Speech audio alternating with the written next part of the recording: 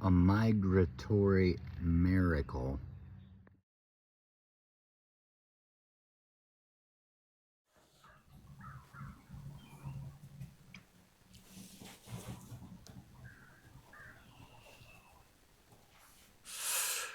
So he says, asks, says, demands. What's the context? Just with the word simply context? To that I say, it's whatever suits you. It's whatever fits into the story that you might be able to relate to.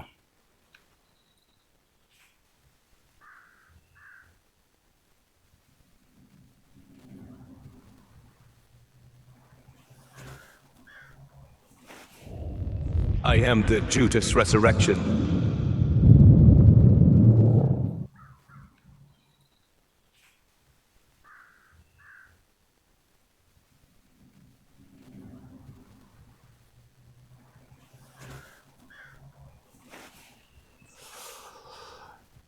So the guy says he thinks this thing should be on the wall, centered with the low hanging light. He says the other person wants it perfectly centered on the wall, which throws it off a bit.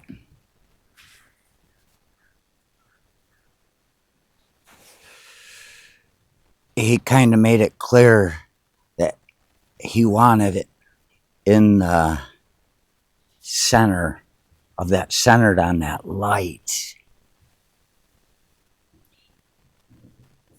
He made it clear that it would make him happy if that's where it was. So when the other person showed up and started talking about where that thing was gonna go, that other person said, I was kind of wanting it there, but that, you know, I don't know if it would look right. And so I said to her,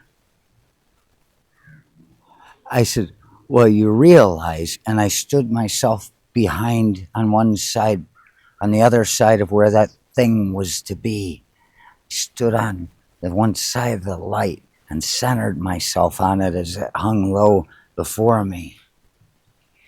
And I said, well, actually, the way I see it, without her ever mentioning if she knew where he wanted it, because he said whatever's going to happen is going to happen when he told me where he wanted it, but he knew it was her decision and he was willing to give it. He'd just be happier with it there. And so I said, well, if you center it on this light, I said, you'll get a balance of light coming around and shining off the glass on the front of this thing. And she said, oh, wow. She's okay.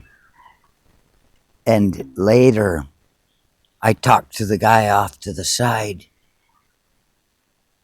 and he just grinned at me. And then I let it out to both of them that I just pulled a fast one. It was not dishonest, but it was sly in getting his way. I told them both. I said it was just like working in lumber, log cabins, and there's a chainsaw rip out of one of the logs, and the one person says, oh, that's no good. And this person's the one that makes the decisions. And so then the boss has to say, well, that's a trademark of Lars the Swede, the guy that cuts our logs for us. He puts one of those on one log in every house. And she was like, oh. And so now, you know, she's telling all her friends this fake story. We all laughed about it later. about Lars to her friends, and they just have dreams in the middle of the day together about Lars, the Swede lumberjack. So I related a parable with how I kind of talked her into something without even asking, and she bought it and she found it humorous, knowing the backstory. But the truth is, she was happy with the decision. They were both said, "Yeah, that's where it should be." And he said to me after that when we talked, he said, I'd never even thought about how the light would be balanced on the glass." And he was like, "Thank you." And so you take into consideration something like that. Everybody was happy. I had to let them make the decision and act like I wasn't in on what was being done. Had I not done that, I would have just left it to chance and done nothing, and it was going to happen whichever way. 50-50, probably 75-25 being, lenient chance that he wouldn't have gotten it his way, and they wouldn't have been able to enjoy it the same way as I allowed them to. And that I did something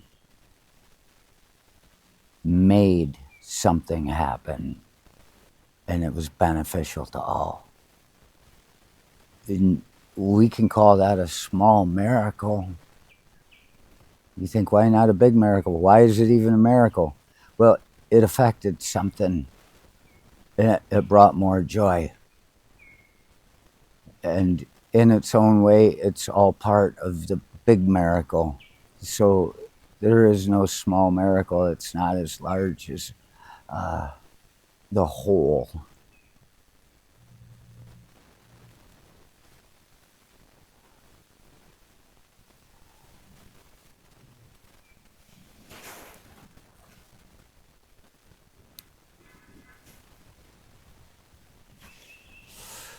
This small miracle working around your world will be sharing with other small miracles. And even if it's just two, they become one. They become an entity, the sum of what they create.